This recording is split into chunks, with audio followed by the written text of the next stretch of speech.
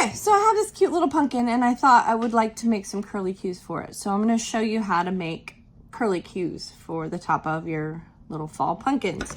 All right, so to make the cute curly cue for your pumpkin, you're just going to chain on. I chained on about 25 right here because I think that that'll be a good fit for my pumpkin.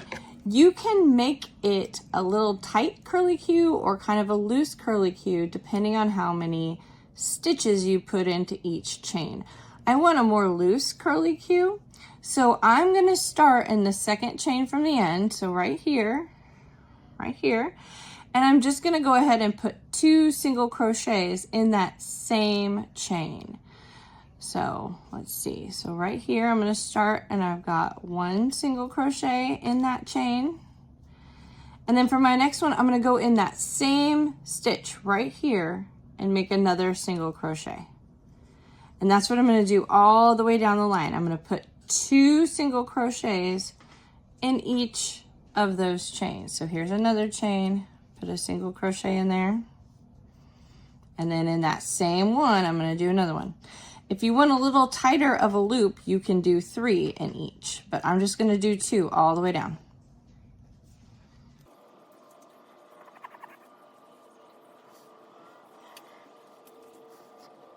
Okay, so I've got a few in there and you can see it just naturally starts to kind of curly cue up. And I'm just going to keep doing that all the way down the chain, just 2 in each of those chains I made.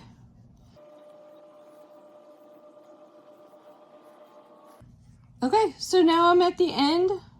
I've got my cute little curly cue for my pumpkin. All I'm going to do is do just your basic knot at the end. So fasten off, cut that. I'm going to pull it through that last stitch, and now I have a curly cue for my pumpkin, and I have these strings that I can use to attach it with.